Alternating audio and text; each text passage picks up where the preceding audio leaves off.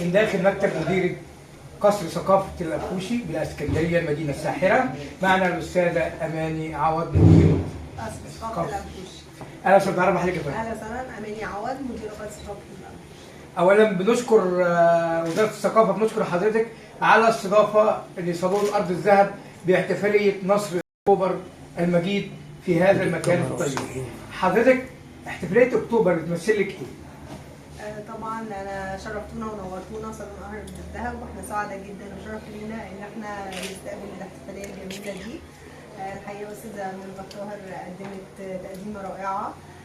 طبعا احتفاليه 6 اكتوبر بتعني وطن وبتعني الانتماء ومبسوطه بفكره الاعلام والوعي الجمعي ان احنا ننور المجتمع ضد كل الحاجات اللي حوالينا، الاشاعات والكلام المغلوط والحاجات اللي بتواجه المجتمع، وان احنا نفتح صفحه صادقه مليئه بالحب والانتماء لكل الناس اللي تحضر النهارده ان شاء الله الصالون.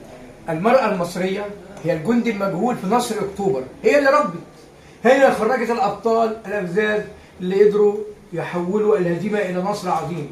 هم اللي خلوا موسى ديان واللي زيه يقعدوا خلف ستر التراب يبكوا ويولولوا كالنساء. المرأة المصرية إيه رأي حضرتك فيها في نصر أكتوبر؟ المرأة المصرية هي محور المجتمع المصري طبعا على مدار التاريخ بالكامل، وطبعا هي الاساس في نصر اكتوبر